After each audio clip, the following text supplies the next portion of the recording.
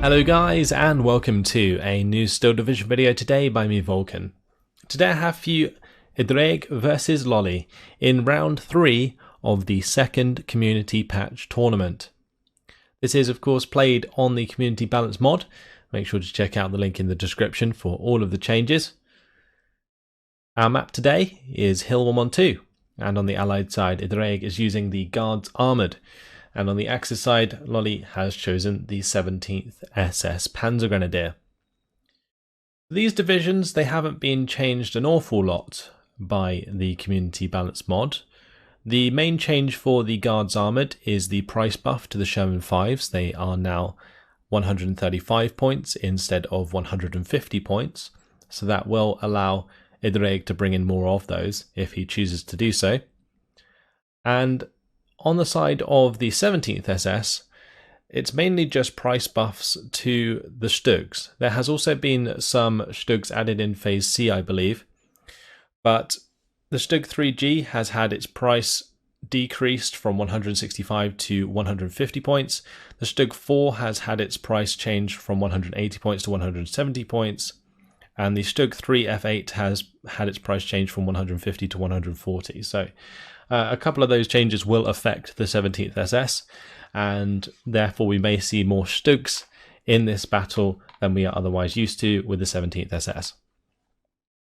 Let's have a look at some of the troops that are going down. So on the side of Ddraig, on the top he has a Cromwell 7. There's also going to be a unit of motorised rifles and a Vickers HMG.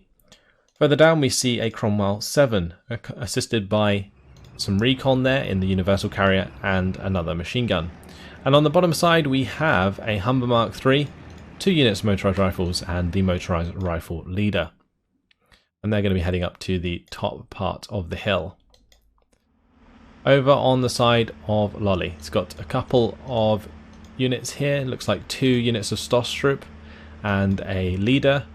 Then in the mid, it's going to be an SBW 221 with the recon. There's also going to be a Pack 40, I believe, covering the centre of the map alongside a unit of Stostrup. On the top side, we see some Panzergrens. We've got a Panzerschreck in there, an AT gun. It's going to be a Pack 38. Then on the very top side, it's going to be another Pack 38, accompanied by Stostrup, Panzergrens, Command, and Panzerschreck. So quite a large investment to the top side for Loli, as opposed to Ddraig, who's spread himself out a lot more, with the Cromwell 7 in the top, Cromwell 6 in the mid, and then all of this infantry in the bottom side. So in terms of points invested, Ddraig's definitely a lot more spread out than Loli is, since on this bottom side there's a lot less for Loli than there is on the top.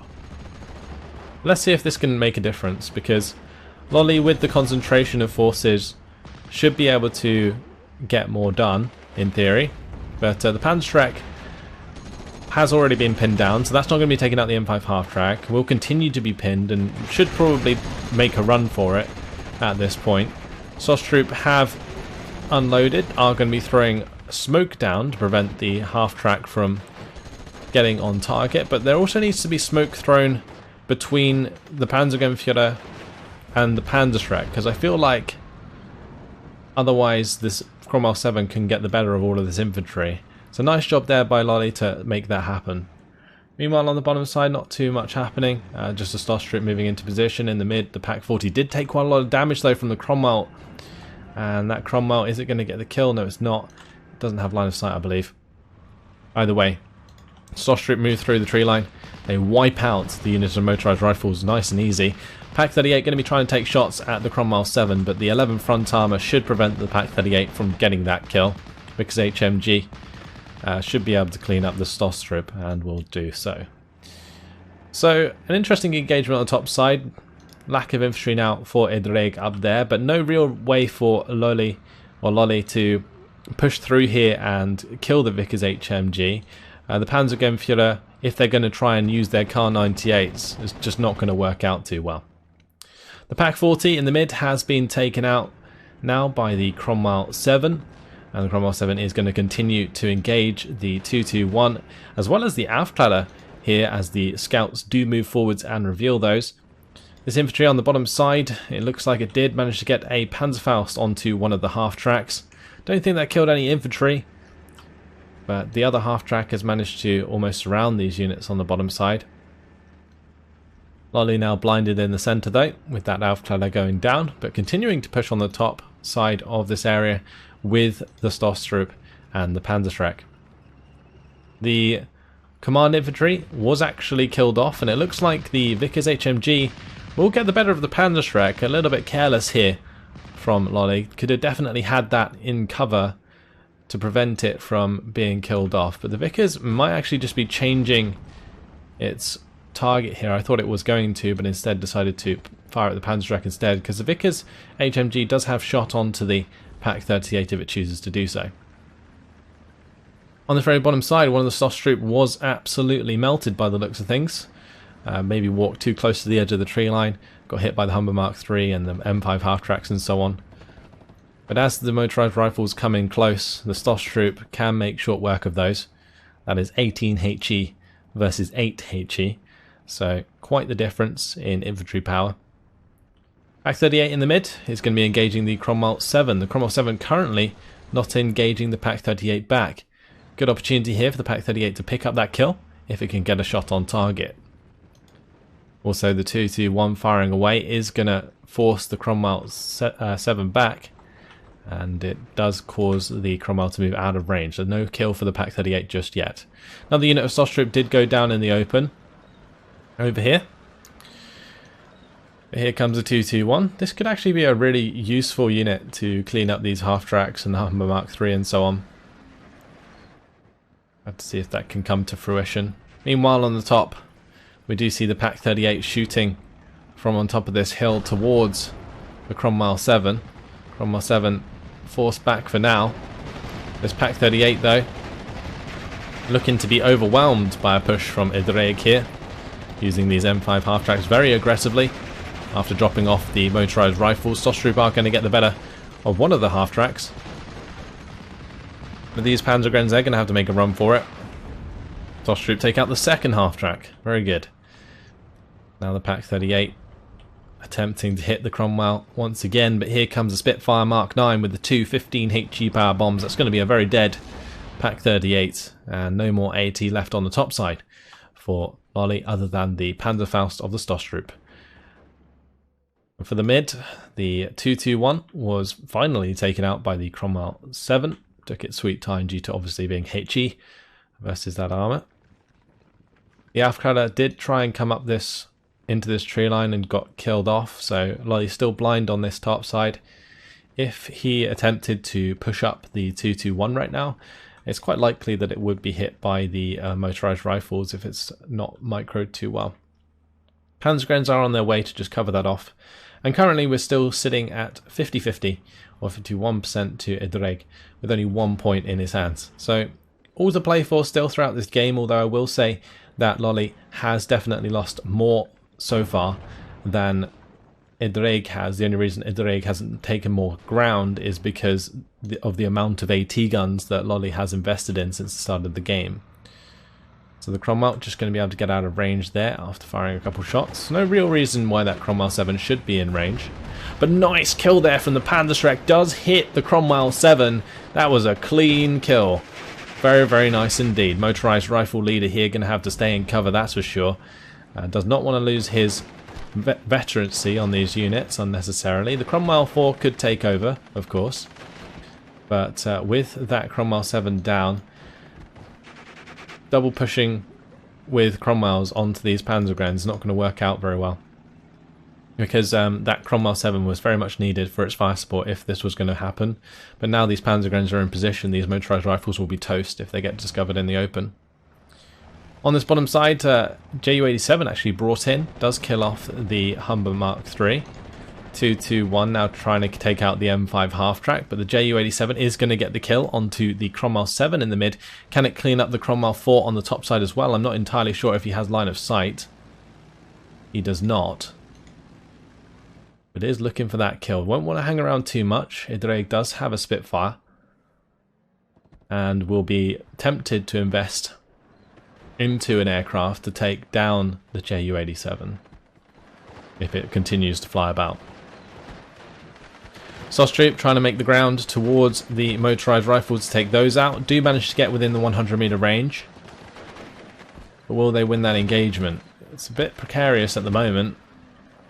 Panzergrenadiers did manage to clean up the recon, but the SOS troop finally get the job done. 221 getting very close to the motorised rifle leader here. Do have to be careful of the grenades. The 221 might just die. And, yep, it goes down. The Ju-87 still flying about. Can't find line of sight onto the Cromwell 4. Is going to be flying home. Meanwhile, looks like the Panzergrenadiers did try and push out briefly, but got caught out in the open. Maybe that was to discover the position of the Cromwell 4. But now we just have an extended engagement between the Panzergrenadiers and the motorised rifles. So that Ju-87 did kind of turn the tide a little bit in terms of overall KD on both sides.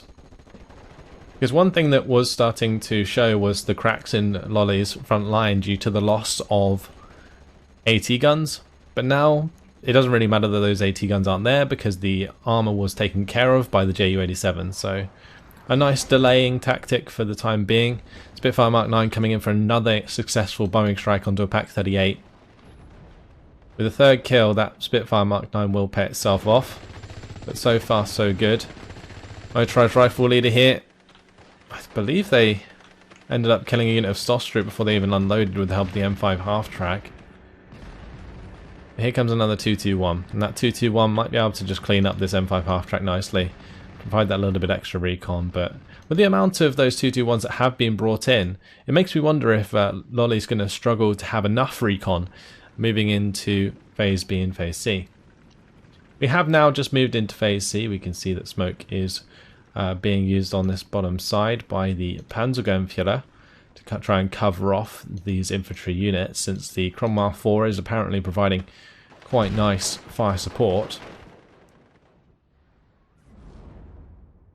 And there we go, there goes the half-track on the bottom side.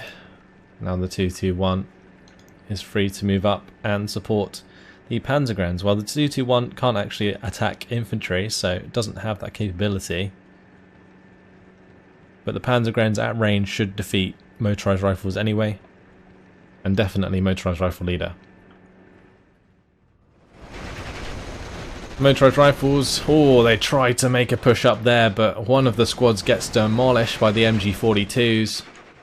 Ddraig now forced to move back once again, and may even lose the second squad of motorised rifles. Nope, they're going to survive for now. Crusader AA Mark II being brought into the top side. Wants to prevent another strike from the Ju-87, and also have a unit that can provide ground support. The Crusader AA Mark II can definitely help pin down infantry squads very quickly indeed. Motorised rifles here on the bottom side are going to get a Piat shot onto the 221, but miss of course, and will the second one hit the mark? It will. Piat takes out the 221. That 221 didn't really have any other targets for now, but still good job to get rid of that, so that this Cromwell 7 that's now coming in, it will be completely safe if it continues any engagements on the top side of the hill, that is. The Marder 3 has arrived in the centre, just going to be covering that main road, but the Cromwell 5 is going to try and go round. The Cromwell, because it has a turret, may be able to out-aim the Marder 3 at some point. But at the moment is just going to be trying to hit the SOS troop. The SOS troop spotted by the scouts there. Alpha spotting the motorised rifles is going to give a target for the machine guns of the Panzergrenadiers. So just a little bit of back and forth at the moment between Ddraig and Loli. Loli's had some really nice play with his infantry so far. Decent use of smoke throughout. 231 now on the way with its 20mm autocannon. That can definitely help clean out the top of this hill. But will the Cromwell 7 and the Cromwell 5 stop it? I would assume so. Unless it's fast enough to get up there, but I'm not entirely sure that's going to be the case. It might just get forced to fall back before that happens. One more shot from the Cromwell 5 will do the trick. And that's going to be an internal fire.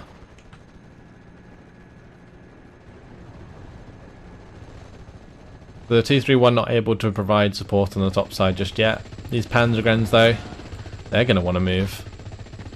They're just constantly being hit by the Cromwell 4 at the moment. They were initially revealed by firing at the motorised rifles, I assume. Ddraig has now brought in 140mm off-map, 30 seconds till that drops on the town. Then it looks like he's going to try and push in with a bunch of rifles and these assault pioneers. I think they're assault pioneers. Anyway, Spitfire Mark 9 is going to get shots onto the Ju-87.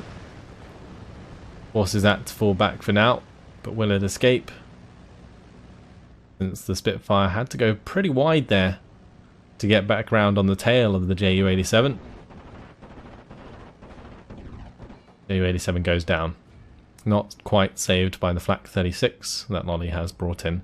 And having unloaded that out of the spawn, it's going to take a while to get that into a decent position to stop future bombing strikes. You can see now a Typhoon bomber coming into this top side, looking to panic the Panzer IV so that the Cromwell 4 can get the kill. Yeah, these are assault pioneers. The Panzer IV now falling back. Cromwell 4, can it find the kill? We'll be looking for it. Meanwhile, on the bottom side, Stug 4 going to be engaging the Cromwell 5.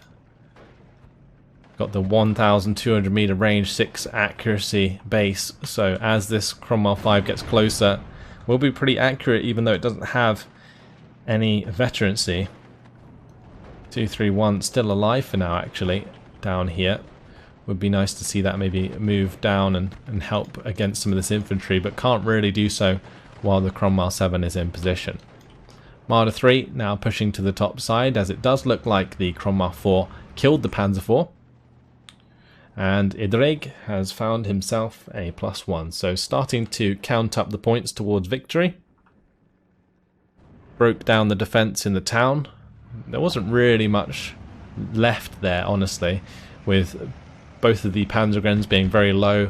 He took out the Panzerschreck earlier, and there's only like one man in this Panzergrenadier squad, so that off map just kind of finishing things off, and then the infantry coming in to secure that. But that is not good news for Loli, losing another unit of infantry before it unloads. Marder 3 is zooming to the rescue, but on the bottom side things aren't going great either. It looks like the motorised rifles did manage to finish off the Stos troop. Cromwell 7 certainly able to provide decent fire support. Going to be spotting the Alf cutter here. They're going to be dead as well. Scouts did actually manage to take out Panzergrens in the mid, which isn't something you see too often, but the scouts here engaging these Panzergrens aren't in the best position. Meanwhile on the top, Stos troop just trying to hold the ground for now. But I think it's going to be more reliant on these Stugs if Loli wants to try and push back in this game. I like the use of the Nebelwerfer. If this Nebelwerfer can actually hit on target nicely, then there is potential for surrender plays to be made where you pin down the enemy troops and then try and run them down with a vehicle of some sort. Spitfire Mark 9 going to be coming in with a bombing strike onto the Nebelwerfer 41. It can be seen, and that is a pretty big mistake actually from Loli. You don't want to be losing that Nebelwerfer unnecessarily, but this time round has done so. Curbs coming in with more off map. I don't think that's going to quite hit the Stos troop. The assault pioneers will have to be careful approaching that squad, as they don't quite have the HE to match up. Yes, they have the HE grenade, but will they throw it in time? That is the question, as it's only 5 men. Well, they are aiming it over the smoke. Looks like the Stos troop will go down. Assault pioneers do the job, don't even have to engage with their main guns. Motorised rifles now engaging the Panzergrenadier. That's going to be a 2 HE power Bren gun versus the 1 HE of the Kar 98. Cromwell 7 looking to find the kill onto the Stug 4 as that has been forced to fall back. Oh, nice shot there from the Stug though. Does get the driver wound onto the Cromwell 7. Can it find a kill with the second shot? No, it will not, because the Cromwell 7 continues to force it back. Panzergrenadier go down on the bottom side. Ddraig continues to make ground. Both of the Stormtroop have now been taken care of on the top side. We can see that the Panzergrens are under fire and the Marder 3 is about to be bombed by the Typhoon, but the Focke-Wulf actually coming in to intercept.